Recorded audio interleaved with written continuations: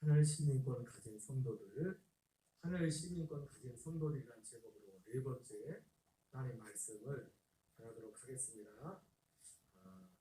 올 한해 표가 하늘 시민권 가진 성도들로 세워져가는 교회입니다. 우리가 이 표가 구호로만 끝나지 않고 진짜 우리의 삶의 실제가 되는, 우리 교회의 실제가 되는 그런 복이 있기를 주의 이름으로 축원합니다. 3주간, 지난 3주간 이 주제를 가지고, 제목을 가지고 말씀을 전했습니다. 하늘 시민권 가진 성도들은 어떤 사람이냐?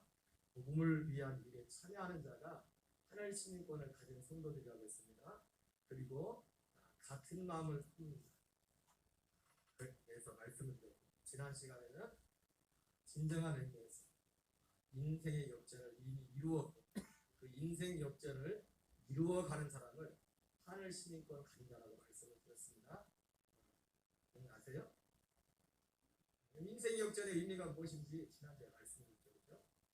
오늘은 그러면 이 주제로는 일단 마지막 주제가 말씀이 될지 모르겠는데, 그럼 하늘 시민권 가진 사람들이 어떤 사람들이냐?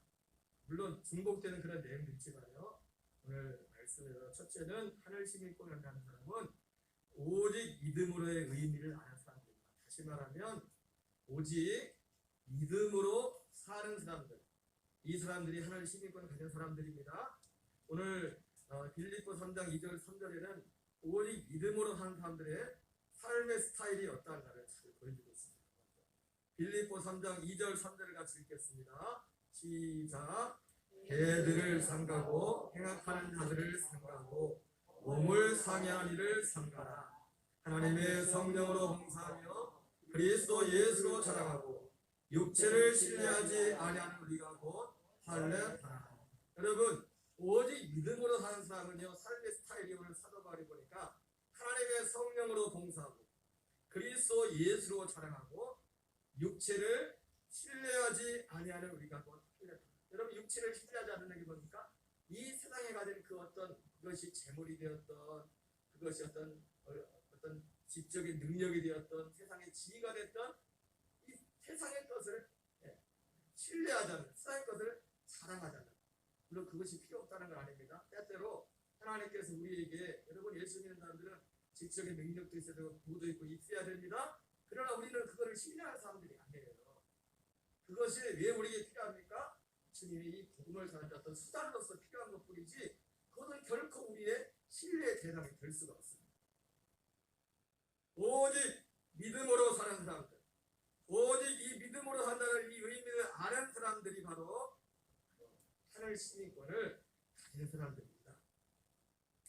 여러분, 오직 의인은 믿음으로 말미암아 살리라. 로마서 1장 17절에 나와 있는데 한번 같이 읽겠습니다. 시작. 복음에는 하나님의 의가 나타나서 믿음으로 믿음에 이르게 하니 기록된 바 오직 의인은 믿음으로 말미암아 살리라 함과 같으니라.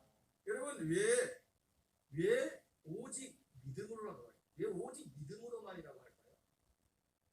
여러분, 우리가 이 오직 믿음으로만 하는 것은, 우리가 있는 이 믿음의 이 내용이, 대상이 세상에 없는 것이기 때문에, 사람이 노력으로 만들 수 있는 것이 아니기 때문에, 사람에게서 나올 수 없는 것이기 때문에 오직 믿음으로 하는 거예요.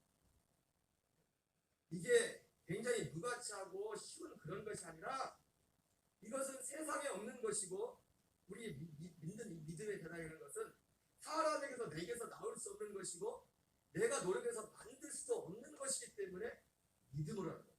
오늘 특별히 로마서 1장 17절에는 그것을 하나님의 의라고 표현하고 있습니다. 여러분, 하나님의 의는 세상에 없는 것입니다. 하나님의 의라는 것은 사람에게서 나올 수가 없는 것입니다. 하나님께만 있는 것입니다.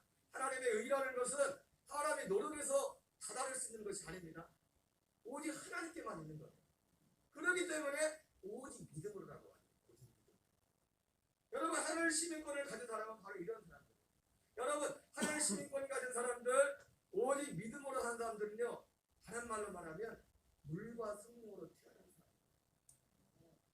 다른 말로 말하면 거듭난 사람. 이 사람들이 믿음으로, 오직 믿음으로 살아요. 이 사람들이 성령으로 봉사해요. 앞에 뭐라고 했어요? 그리스도 예수로 살아요. 육체를 신뢰하지 않는, 이러한 삶의 스타일로 삶을 살아갑니다. 오직 믿음으로라고 했을 때 방금 말씀드린 것처럼 왜 오직 믿음이라고 했어요? 사람에게 있는 게 아니고 하나님께 속한 것입니다. 우리가 믿는 그 믿음의 내용이 하나님께 속한 것이기 때문에 오직 믿음으로만 얘기해요. 믿음. 여러분, 그 믿음은 바로 하나님이 아브라함에게 약속했던 그 약속과 관련된 것입니다. 우리 로마서 3장을 같이 읽겠습니다. 시작. 성경이 무엇을 말하느냐? 아브라함이 하나님을 믿음에 그것이 그에게 의로 여겨진 바 되었느니라. 여러분, 잊어버리셨는지 지금까지 기억하고 있는지 모르겠지만 아브라함은 다 있었습니다. 아브라함은 세상의 모든 것을 다 가지고 있던 사람이었는데 오직 무엇만 없다고 했었어요? 아들이었어요. 아들. 여기를 보세요. 저를 보세요. 여기 저는 너무 감사합니다. 하나씩 안 넣쳐 쓰려고 하는데 쓰는 것도 중요한데 이 시간에는 그냥 듣는 거, 말씀을 그냥 듣는 거. 녹화에다 올려놓을 테니까요. PPT도 다 올려놨습니다. 기억하고 쓰시면. 아브라함이 하나님을 믿었다고 했습니다. 무엇을 믿었어요? 아들에 관한 약속을 믿었어요. 창세기 15장 4절 6절을 같이 읽겠습니다. 시작. 여호와의 말씀이 그에게 이르시되 그 사람이 네 상속자가 아니라 내 몸에서 날 자가 네 상속자가 되리라 하시고 그를 이끌고 밖으로 나가 이르시되 하늘을 우러러 물결을 셀 수 있나보라. 또 그에게 이르시되 내 사람이 이와 같으리라. 아브라함이 여호와를 믿으니 여호와께서 이를 그의 의로 여기시고. 여러분, 아브라함이 오직 의인은 믿음으로 아니면 하나님 때 오직 그 믿음의 내용 뭐냐면 아브라함이 믿었던 그 믿음입니다.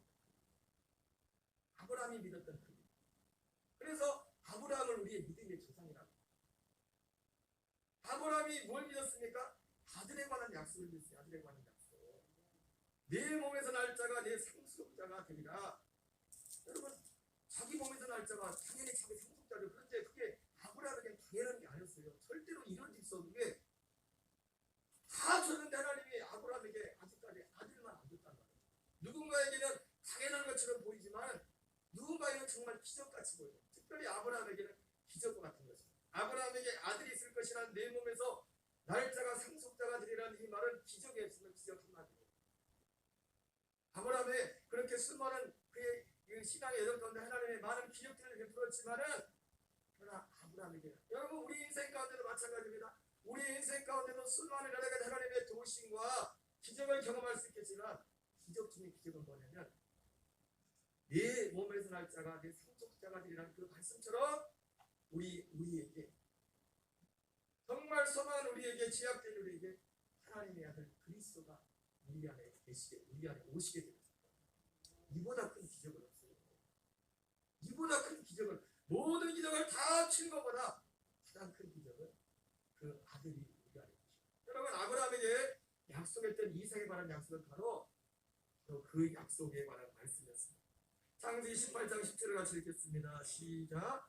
그가 이르시되 그는 이맘때 내가 반드시 내게로 돌아오리니 내 안에 사람에게 아들이 있으리라. 여러분 이 창세기 18장 10절은 여러분 제가 여러 번 말씀을 드렸지만 요한복음 14장에 나오는 예수님께서 다시 와서 처소를 준비해 내게로 오겠다는 내가 다시 오겠다는 그 약속과 같은 말씀입니다. 그분이 다시 오셔서 그들을 내게로 영접하면 바로 영접한 나이는 곳에 있게 할 때 바로 우리 안에 아들이 있게 되는 아들 그리스도가 있게 되는 그런 일들이 일어납니다. 이것은 기적이에요. 기적. 믿을 수 없는 일입니다. 고린도서 1장 27절을 같이 읽겠습니다. 시작. 하나님이 그들로 하여금 이 비밀의 영광이 이방인 가운데 얼마나 풍성한지를 알게 하였습니다. 이 비밀은 너희 안에 계신 그리스도시니 곧 영광의 소망이시다. 바로 이 약속, 이 약속에 대한 믿음이 이 약속.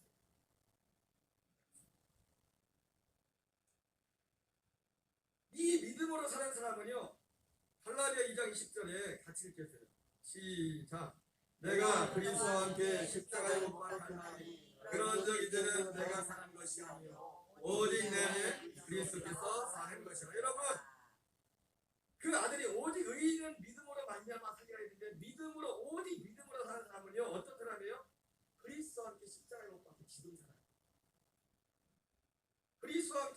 못 박혀 죽은 사람.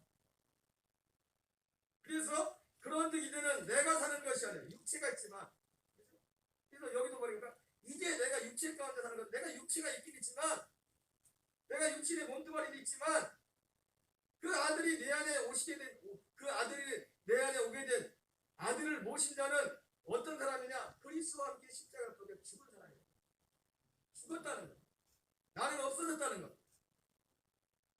그리고 우리에게 모든 고통의 문제가 왜 고통의 문제가 있습니다. 내가 살아서 그래요. 여러분 공동묘지 가봐요.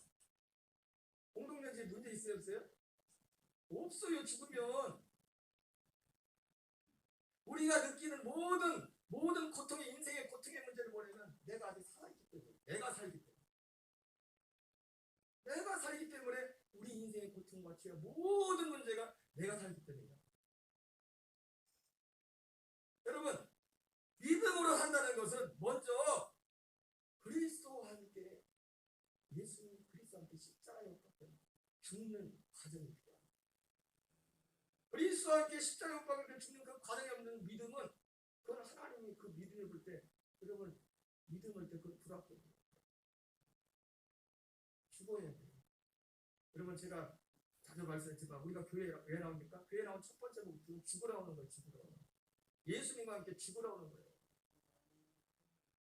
그러니까 2월이나 이제 인지시가 되고 집사람들은 십자가 하나씩 선물할 텐데 그 십자가가 뭐예요? 저 십자가에 예수님하고 같이 죽었다는 거예요. 나 끝났다는 거예요. 나는 없다는 거예요. 내가 육체 가운데 사는 것은 나를 사랑하사 나를 위하여 자기 자신을 버리신 하나님의 아들을 믿는 믿음 안에 사는 것입니다. 여러분 이러한 믿음으로 산 사람은 또 이러한 삶의 열매들이 나타납니다. 빌립보서 1장 20절 21절 똑같은 말씀입니다. 같이 읽겠습니다. 시작.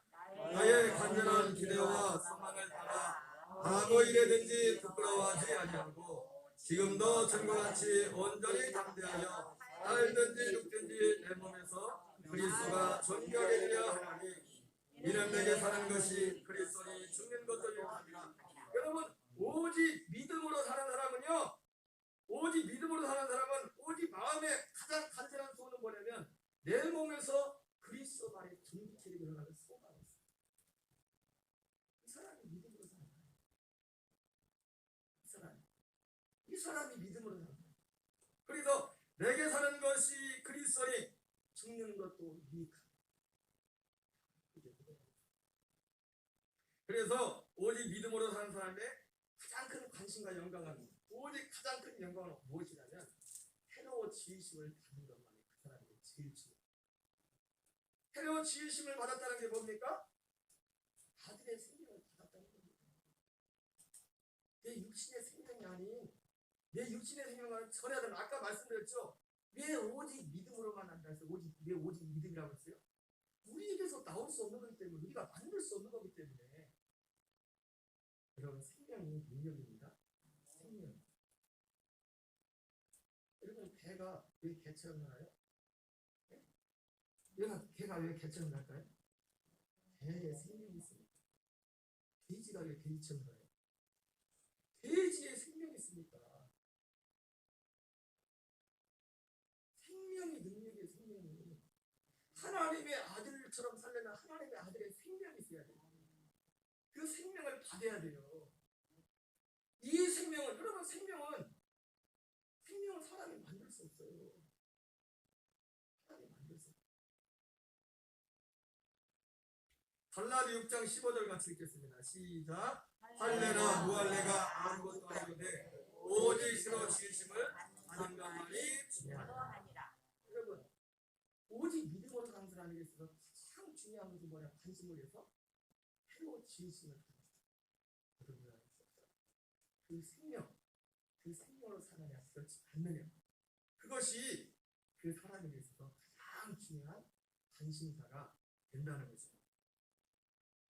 갈라디아 5장 22절 24절 이러한 사람들은 이러한 열매를 맺고, 오직 믿음으로 사는 사람은 이 열매를 맺게 돼요. 같이 읽겠습니다. 시작. 오직 성령의 열매는 사랑과 희락과 화평과 오래 참음과 자비와 양선과 충성과 온유와 절제니 이 같은 것을 금지할 법이 없느니라. 그리스도 예수의 사람들은 육체와 함께 그 창과 십자가에 못 박았느니라. 여러분, 이 성령의 열매 중에 어느 것 하나 우리의 노력으로 맺을 수 있는 게 어디 있습니까? 흉내는 낼 수 있겠죠. 흉내는 그러나 이거는요, 이거 하나도 우리에게서 우리 스스로 우리가 노력해서 맺을 수 있는 열매가 하나님의 생명에서만, 아들의 생명에서만 믿음으로 산다는 것은 다시 한 번 말하면 오직 결과적으로 아브라함이 약속했던 그 약속대로 그 약속의 주님이 내어놓으셔서 내 안에 계신 그리스도의 그 생명으로 사는 것, 그것이 믿음으로 사는 것입니다. 여러분, 이 믿음으로 사는 것은요, 여러분, 우리가 왜 이 세상에 왔느냐, 왜 우리가 이 세상에 태어났느냐, 이 믿음으로 살기 위해서 이 세상에 왔어요. 우리가 이렇게 믿음으로 사는 것, 여러분, 믿음으로 산다는 것이 무엇인지 감은 잡히세요? 그냥 지금 약간 내가 이렇게 하는 겁니다. 우리가 이렇게 믿음으로 사는 것은 하나님께서 우리를 이 땅에 보내신 목적이고 우리가 이 땅에 태어난 목적. 에베소서 1장 3절부터 5절을 같이 읽겠습니다. 시작. 찬송하리로다. 하나님 곧 우리 주 예수 그리스도의 아버지께서 그리스도 안에서 하늘에 속한 모든 신령한 복을 우리에게 주시되 곧 창세전에 그리스도 안에서 우리를 택하사 우리로 사랑 가운데서 그 앞에 거룩하고 흠이 없게 하시려고 그 기쁘신 뜻대로 우리를 애정하사 예수 그리스도로 말미암아 자기의 아들들이 되게 하셨으니. 여러분, 우리가 이 땅에 온 목적이 뭐냐면 하나님의 아들이 되기 위해서 이 땅에 왔어요. 그럼 하나님의 아들이 누구예요? 갈라디아 2장 10절이 실제가 된 사람이 하나님의 아들이에요. 그 믿음이 있는 사람, 그 사람이 하나님의 아들이라. 그냥 교회 한번 나가서 하나님 아버지랑 해보세요 시켜도 아버지에서 그게 아들 되는 게 아니라고. 갈라디아 2장 20절의 말씀이 나에게 실제가 된 그 사람이 하나님의 아들이야. 그래서 로마서 9장에 그런 말씀 있잖아요. 아브라함의 씨가 다 그의 씨가 이스라엘 자손이 다 이스라엘이 아니라 하나님의 약속대로 약속의 자녀가 아닌 그 씨로 여긴 거죠. 이게 하나님의 약속이었어요. 그 약속이. 디도서 1장 1절 2절을 같이 읽겠습니다. 시작. 하나님의 종이요 예수 그리스도의 사도이나 사도된 것은 하나님이 택하신 자들의 믿음과 경건함에 속한 진리의 식과 영생의 소망을 위함이라. 이 영생은 거짓없이 하나님이 영원전부터 약속하신 것인데, 여러분이 우리가 이 땅에 태어난 목적은 다른 말로 표현한 거냐면 믿음으로 산다는 거 뭐냐면 영생의 삶을 산다는 겁니다. 우리가 이 땅에 태어난 목적은 영생을 얻기 위해서예요. 여러분, 물론 여러분 아시는 사실은 뭐냐면 우리 육체는 신불신을 떠나가지고 모두가 다 70년 80년 인생을 마치면 우리 육체는 흙으로 돌아가 끝납니다. 그러나 믿든 믿지 않든 모든 사람들의 영혼은 영원히 사는 게, 그런데 영생을 말하는 게 아닙니다. 이 영생과 똑같은 의미로 쓰는 게 성경에 뭐라고 하면 생명이라고 해요. 생명. 그래서 요한복음 17장에서 영생은 유일하신 하나님과, 영원히 사는 게 영생이 아니라 영생은 유일하신 하나님과 그가 보내신 자 하나님의 아들 예수 그리스도를 아는 것이다. 이것이 영생이다. 영생이 뭐라고요? 영원히 사는 게, 물론 당연히 영원히 살아요. 근데 누구와 함께 영원히 살 거냐 이거지. 누구와 함께. 그래서 영생이란 말과 생명이란 말이 똑같이 나와요.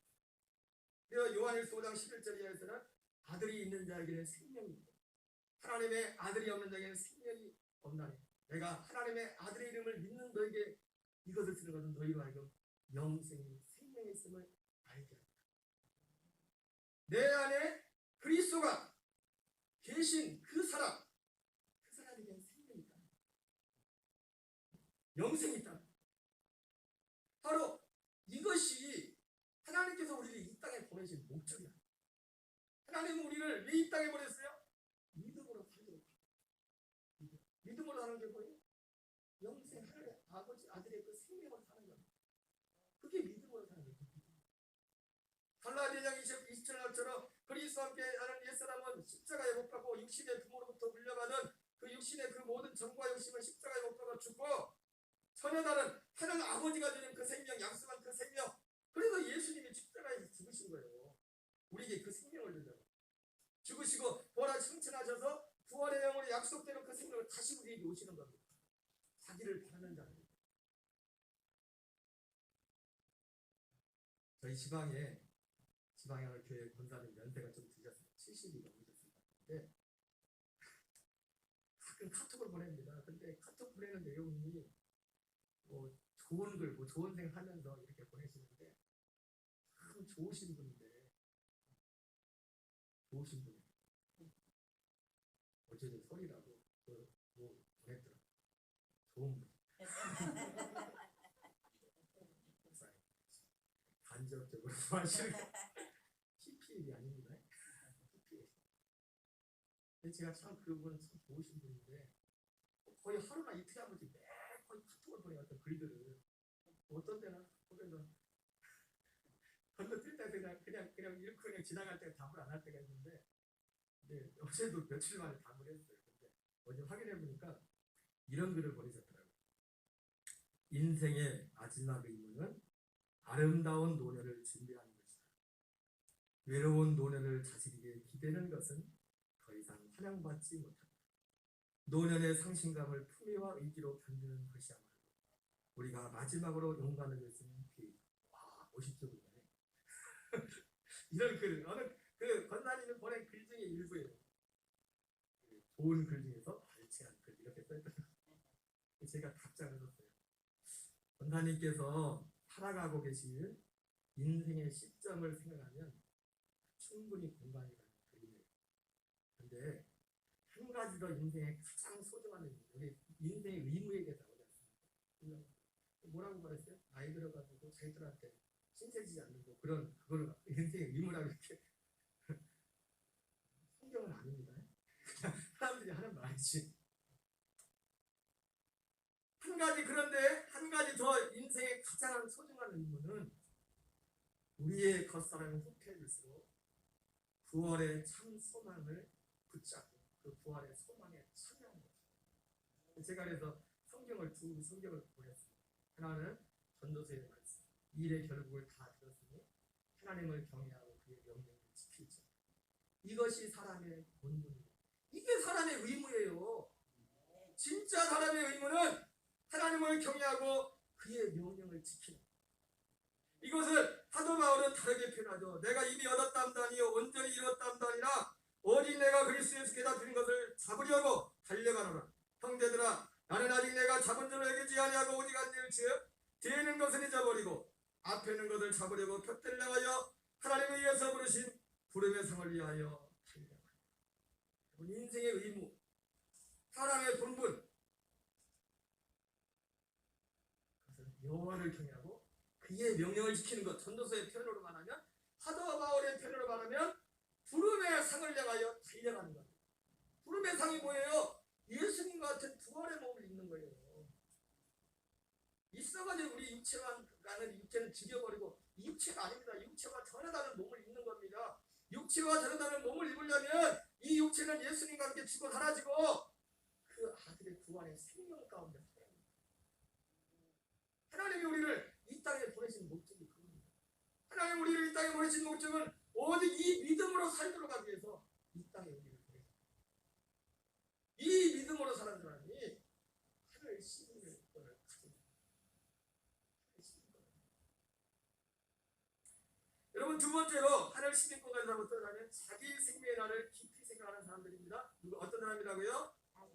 자기 생명의 날을 깊이 생각하는 사람들. 여러분, 어떤 면에서 이 말씀은 앞에서 말한 오직 믿음으로 사는 그 믿음의 전 단계예요. 무슨 말씀 아세요? 하늘 시민권 가진 사람이 어떤 사람이라고 했어요? 오직 믿음으로 사는 사람들이 있죠, 그죠? 그리고 믿음으로 사는 내용이 뭔지 알았죠, 그죠? 믿음으로 산다는 게 뭔지? 그냥 믿음을 한다는 것이 하나님이 내 인생을 책임질 것, 인생에 대해서 인생의 인도, 그 믿음이 아닙니다.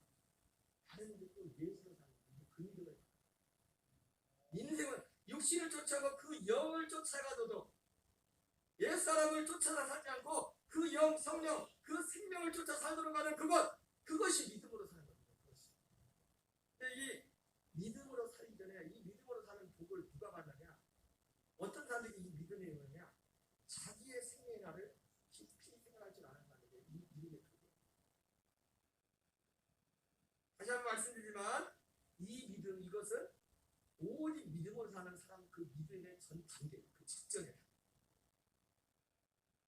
그러나 안타깝게, 그러니까 이 자기의 생명의 날을 깊이 생각하지 않는 사람들에게는 이 믿음으로 사는 복이 오지 않습니다. 예, 너무나 소소한 거기 때문에 하나님이 아무리 없어요. 여러분 다시 한번 말씀드리지만 그 믿음의 그 앞서 말한 그 믿음으로 사는 삶에만 하나님 나라가 약속이 있습니다. 하늘 나라를 상속으로 받습니다. 천국을 상속으로 받습니다. 이 땅에서도 천국으로 살 수 있습니다. 이 땅에서도 어둠과 우리 인생의 환경과 모든 상황들도 그 모든 것을 다 물리칠 수 있는 능력이 그 믿음 안에서 나오는 거예요. 다만 우리가 환난 중에서 즐거워요. 환난은 인내를 연단은 소망을 이룬 줄 아닙니다. 소망이 부끄럽지 아니하면 우리 이제 성령으로 말이야 하나님의 사랑이 너희 마음에 들어있다. 이게 믿음으로 사는 거예요. 이게 믿음이다. 이 사람이 믿음으로 산다.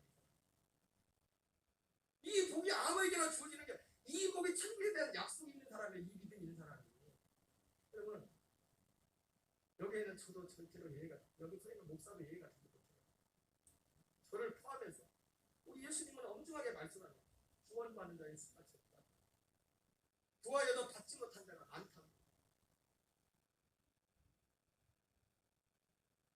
이 믿음, 오직 믿음을 하는 이 믿음을 어떤 사람에게 옵니까? 자기의 생명의 날을 깊이 생각하는 사람들에게 그 믿음을 주십니다. 그러나 안타깝게도 너무나 많은 사람들이 자기의 생명의 날을 깊이 생각합니다. 전도서 5장 19절 20절 같이 읽겠습니다. 시작. 또한 어떤 사람에게든지 하나님이 재물과 부여를 그에게 주사 능히 누리게 하시며 제 몫을 받아 수고함으로 즐거워하게 하신 것은 하나님의 선물이라. 그는 자기의 생명을 깊이 생각하지 아니하리니 이는 하나님이 그의 마음에 기뻐하는 것으로 응답하시리라. 여러분 이 전도서 5장 19절 20절의 이 말씀의 의미가 무엇인지를 잘 나타내는 성경이 하나 있습니다. 우리 누가복음 12장을 같이 읽겠습니다. 16절 19절 시작. 또 뒤로 그들에게 말하여 이르시되 한 부자가 그 밭에 소출이 풍성하니 신등에 생각하여 이르되. 여러분이 뭔가를 해서 그 곳간에 소출이 풍성한 게 좋아요? 텅텅 비는 게 좋아요? 예? 텅텅 비었으면 좋겠어요? 풍성하게 꽉 찼으면 좋겠어요? 꽉 차세요? 꽉 차는 게 문제가 아니라 여러분 우리는 하나님의 아들들은 꽉 차야 됩니다. 아브라함이 꽉 찼잖아요. 근데 문제는 그게 문제가 아니라 그 다음 읽겠어요. 시작. 심중에 생각하이르되 내가 혹시 쌓아둘 것이 없으니 어찌할까 하고 또 이르되 내가 이렇게 하리라. 내 복간을 울고 더 크게 빚고 내 모든 곡식과 물건을 크게 쌓아두리라. 또 내가 내 영혼에게 이르되 영혼아 여러 해 쓸 물건을 많이 쌓아두었으니 평안히 쉬고 먹고 마시고 즐거워하자 하리라 하되. 여러분 문제는 뭐냐면 여러분 이것이 우리 대부분 모든 사람들이 여러분 이것을 좋아하는 것 자체가 나쁜 것은 아닙니다.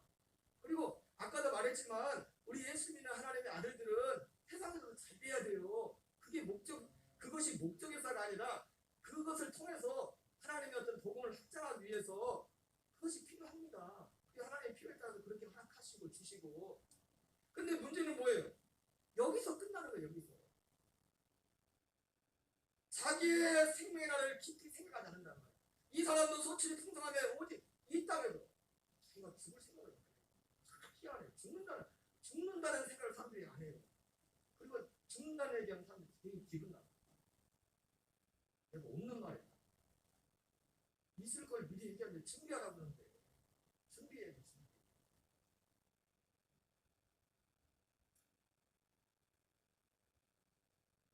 자기의 생명을 깊이 생각하는 사람의 모습에 이 부자에 있습니다.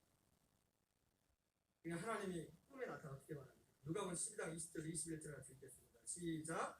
하나님은 이르되 어리석은 자여 오늘 밤에 내 영혼을 도로 찾으리니 그러면 내 준비하는 것이 누구의 것이 되겠느냐 하셨으니 자기를 위하여 재물을 쌓아두고 하나님께 대하여 부여하지 못한 자가 이와 같으리라.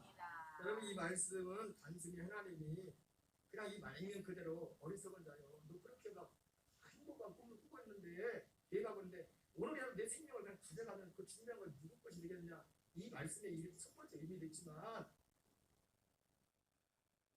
그게 문제가 아니라 내 생명이 딱 끝나는 순간 내 영혼은 어떻게 되냐,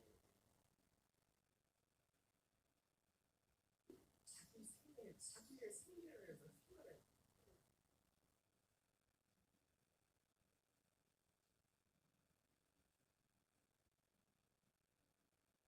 하나님의 시민권을 가진 사람, 오직 믿음으로 사는 사람, 이 오직 믿음으로 사는 사람들의 그 직접 믿음으로 살기 전에 하나님이 어떤 사람들에게 이 믿음으로 할 수 있는 그 길로 인도하시느냐, 자기의 생명을 깊이 생각하는 사람.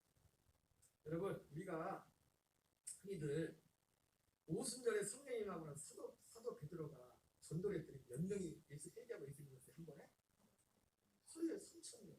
여러분, 3,000명은 이스라엘 3,000명은 대단히 많은 숫자죠. 이스라엘 전부 땅덩어리 해봤자 강원도만한 밖에 안 하는데 만에 얼마나 되겠어요? 그 중에서 그 예루살렘은 또 얼마나 되겠어요? 물론 그날 오순절. 우리는 흔히들 생각하기를, 우리가 이 3,000명이 회개한 것에 대한 생각에는 어떻게 생각하냐면, 야, 우리도 틀린 말은 아니지만 베드로와 같이, 베드로는 하루에 설교에서 3,000명이나 회개시켰는데 우리는 참 믿음이 부족하다, 우리는 기도가 부족하다, 우리는 능력이 부족하다. 그래서 하나님이 우리 능력이 부족한 그런 모습들을 우리가 지적을 하고 그 부분들을 말이라. 맞는 말, 그것도 맞는 말. 그러나 여러분이 알아야 될 사실이 뭐냐면, 그 3,000명 어떤 사람이냐면 이런 사람이에요. 여러분, 옛날 유행가에 그런 노래가 있죠.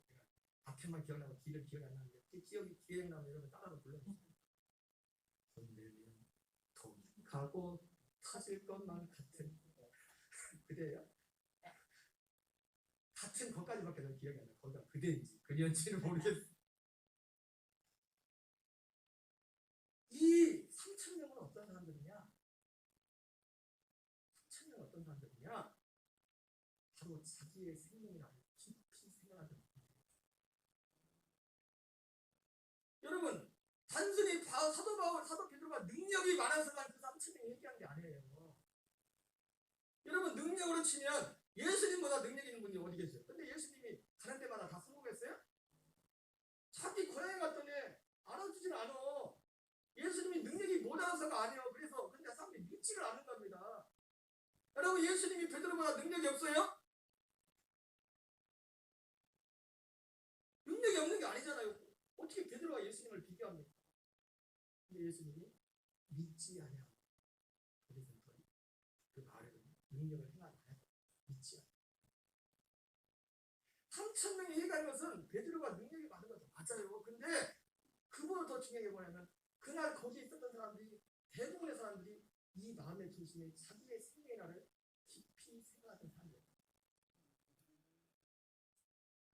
사도행전 2장 41절을 같이 읽겠습니다. 시작. 그 말을 받은 사람들은 세례를 받으며 이 나라의 신도의 수가 3,000이나 더하더라. 사도행전 2장 5절입니다. 그때 유대인들이 천하 각국으로부터 와서 예루살렘에, 여러분 그때가 언제입니까? 오순절날 성령님한테죠. 이때 오순절날은 유대 절기로서 이때 예루살렘에 있던 사람들은 어디냐면 세계 각국에 흩어진 사람들이 요즘같이 비행기가 있어도 비행기 타고 가려면 미국 같은 데는 가려면 한참 걸려요.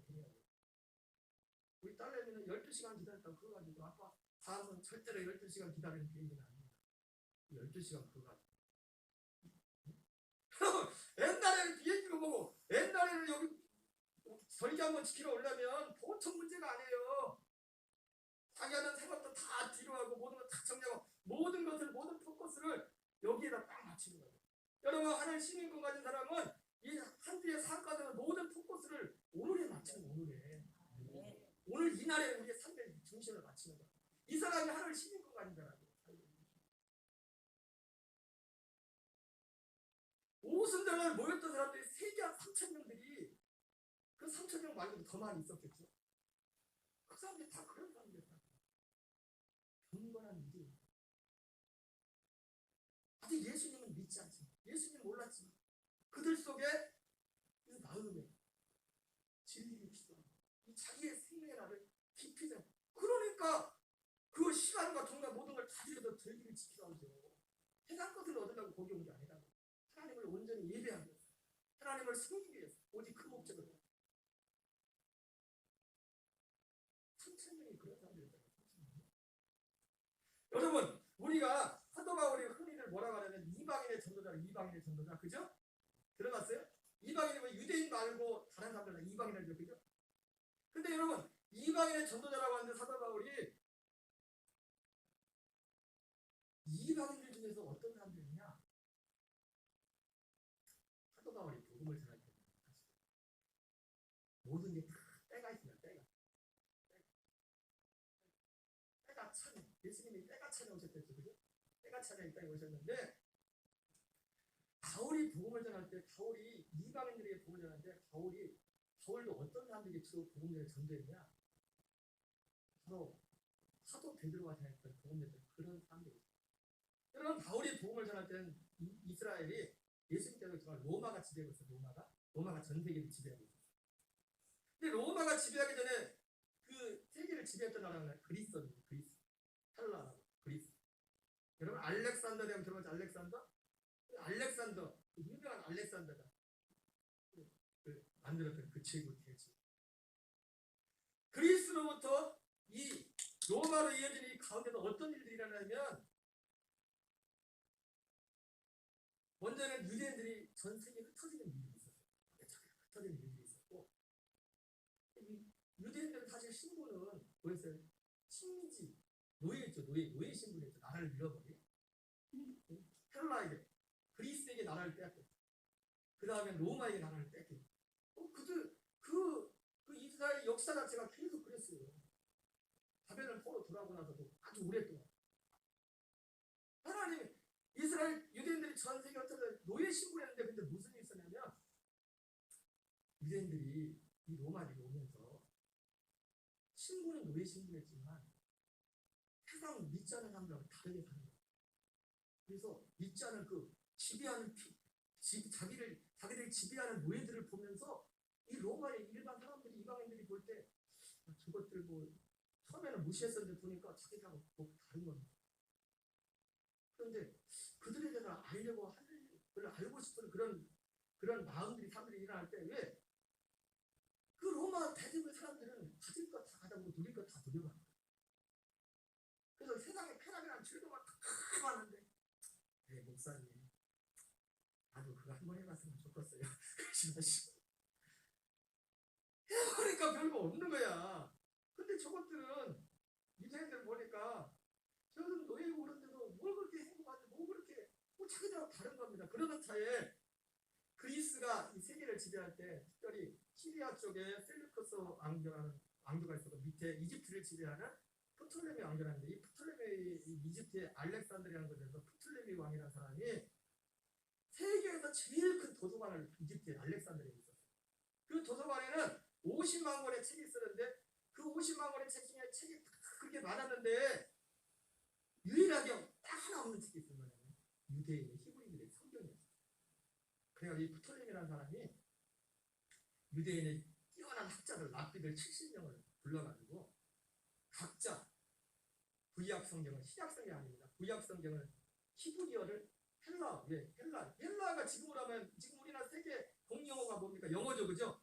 그때는 세계 공용어가 헬라어였어요. 헬라어로 번역한 거예요. 근데 희한하게 70명이 따로 버리는데 똑같은 거예요. 그 70인 여기다 일치하니까. 그래서 그때 당시에 엘리트들 그때 당시에 힘 있고 한 사람은 다 자기 집집마다 이 성문지 한 번을 다 히브리인들의 성문지 한 번씩 갖고 있어요. 그러면서 이 세상에서 누릴 걸 다 누려봤지만 별거 없네. 근데 저것들은 뭔가 저것들은 가진 것도 없고 노예들인데 저들이 우리가 더 행복해 보여. 그래가지고 그들을 알기 위해서 성경책을 꺼놓고 이 히브리 성경을 읽으면서 그 사람들이 유대교로 개종하기 시작합니다. 여러분 이게 자기의 생애를 깊이 생각하는 사람들이에요. 근데 그 불의들 중에서 유대교로 개종하고 하나님도 경외하는 다음에 걸리는 게 뭐예요? 할례받기가 싫어. 그리고 음식은 나는 삼겹살을 너무 좋아하는데 유대교로 가면 삼겹살을 먹지 말아야 되는데 그래가지고 그런 갈등 때문에 유대교로 개종은 안 했지만 성경을 읽고 하나님을 경외하는 그런 삶, 그런 부류의 삶. 그리고 실제로 유대교로 개종한 사람, 이방인. 바로 바울이 전도했던 사람들이 어디냐면 바로 이렇게 이방인인데 유대교로 개종한 그 사람들을 전담. 그래서 이방인을 전도해. 이방인 전도. 그래서 바울이 간 데가 어디를 갔어요? 회당으로 갔다. 예, 거기에 그런 사람들. 거기에 자기의 생명이라는 깊이 생각하는 사람들이 모여있어요. 무슨 말인지 아시겠어요? 그래가지고 사도 바울이 유대인들이 사도 바울을 도시락 싹 꺼내면서 사도 바울을 죽이려고 했던 이유가 뭐냐면 지들 교인 뺏어가니까. 사도 바울이 가가지고 야 돼지고기 먹어도 돼? 할례 안 받아도 돼? 마치 먹어도 돼요? 술 좋아하고 담배 피기 좋아하는 분들이 우리 천주교는 술을 해도 괜찮아, 담배 해도 괜찮아, 그래도 제사 지내도 괜찮아, 그래도 가는 것처럼 사도 바울이 오직 믿음으로. 근데 여러분 믿음이라는 여러분 알겠지만 만만한 게 아니거든요. 우리가 생각한 처럼 믿음이 그냥 허접한 게 아닙니다. 믿음이 사는 게 생명을 얻는 겁니다. 그래가지고 바로 그들에게 도움이 돼요. 성경 빨리 읽어보겠습니다. 사도행전 13장 14절 16절 우리 밑에 줄만 읽겠어요. 시작. 이스라엘 사람들과 및 하나님을 경외하는 사람들. 사도 바울이 회당이었단 말이에요. 1차 선교행 가서도 어디 가는 회당에 유대인들이 있거든. 회당에 자기의 생명을 깊이 생각하는 사람들이 모여있거든. 성경을 사모하고 진리를 사모하면 여러분은 자기 생명을 깊이 생각하지 않는 사람 성경 안 읽어요. 여러분 성경 읽으세요. 성경도 안 읽고 무슨 예수 믿는다고 그래요. 하나님을 경외하는 사람들아, 이 하나님을 경외하는 사람들이 바로 유대교로 개종한 사람, 이방인입니다. 사도행전 13장 43절 같이 읽겠습니다. 시작. 파란 대행만 시작. 유대인과 유대인에 대한 경건한 사람들. 이런 사람입니다. 사도행전 16장 14절 15절. 근데 회당에도 갔는데 빌립보에 갔을 때는 빌립보는 회당이 없어. 그래가지고 어디냐면 내과에 빨래터에 갔어. 빨래터에서 누굴 만났어요? 바로 하나님을. 루디아가 그런 사람. 루디아가 이방인이었었는데 유대교 신앙. 여러분 유대교는 우리 그리스도를 믿는 신앙이 더 전단계입니다. 그 믿음의 단계를 이 단계로 오는 거예요. 그 믿음을 자기의 생명을 희생하는 진리를 추구하는. 정말 내가 이 땅에 왜 태어났으며 왜 살아야 되며 무엇을 위해 살아야 되는가? 내가 어떻게 인생으로서 와가지고 사람들 신에게 와가지고 내 인생의 문제를 좀 해결하고 그런 게 아니라 내가 이 땅에 진짜 온 목적이 뭐냐 이거예요. 왜 살아야 되며 무엇을 위해 살아야 되며 어떻게 살아야 되냐 이거요. 내가 이 땅에 진짜 하는 목적이 뭐냐 이거요. 이거를 구하는 사람들, 이걸 구하는 하나님을 섬기는 분. 그거를 내가 빨래터에서 만나가지고 사도 바울이 복음을 써서 나를 주 믿는 자로 알거든 내 집에 들어가니 말이야.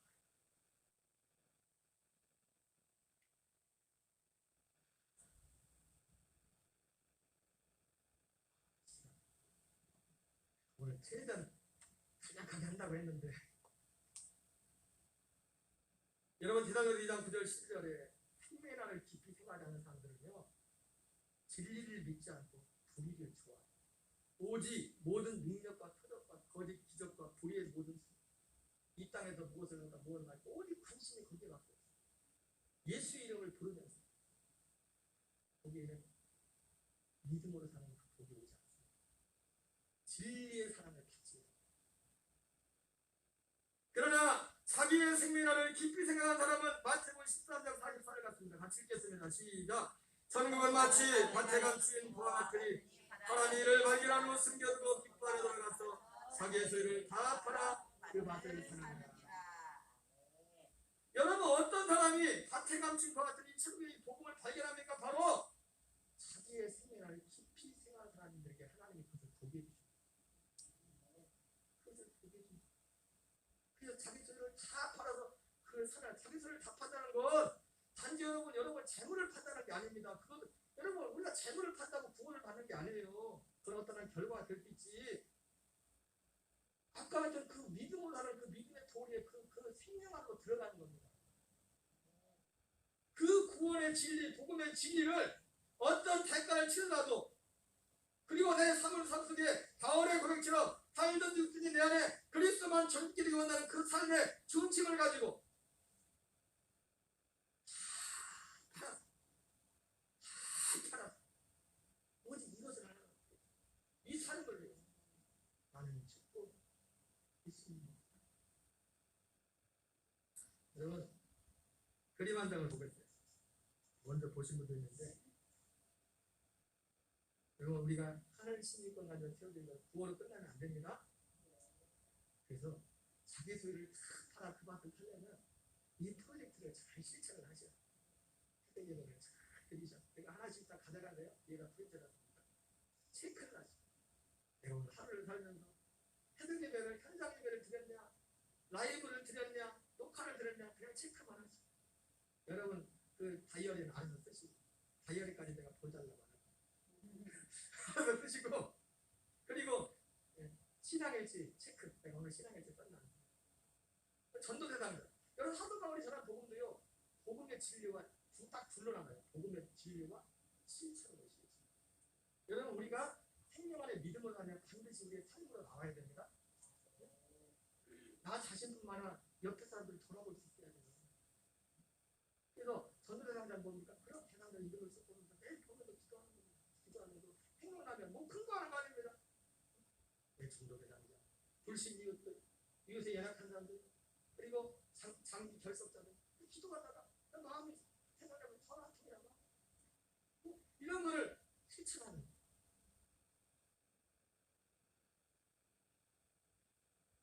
하나님은 때가 차야 돼요. 갈라디아 4장 4절. 때가 차면 뭐가 차야 된다고요? 때가 차면 어떻게 해요? 때가 차면 뭐부터 해가야 돼? 때가 차면 하나님은 참 마음이 원하지만 모든 게 낫지 않으면 하나님 일하지 않으십니다. 하나님이 그렇게 급한데도 모세를 80년 동안 준비를 했어요. 하나님 안 준비해요. 하나님이 그렇게 이스라엘 백성들을 출애굽시키고 시켰지만 이스라엘 백성들이 진짜 하나님 살려주세요 하고 진짜 주님한테 부르짖으면 하나님이 건져내 나갔어요. 주님은 그 때를 기다려요. 우리가 가만히 있으면 아무 일도 안 해요. 아무 일도 안 해요. 하나님이 일하고 싶어요. 무슨 말씀 아시겠어요? 이 믿음으로 훈련을 해야 돼요. 모든 소리를 다 팔아서 그만 해요. 다시 한번 말씀드립니다. 저부터 올 2022년 표가 9월로 끝나요. 우리의 하늘에 열매로, 그분은 열매로 쏟으십니다. 한 마음으로 함께 나가는 은혜가 있기를 주의 이름으로 축원합니다. 우리 찬양 드리겠습니다. 324장 찬양 드리겠습니다.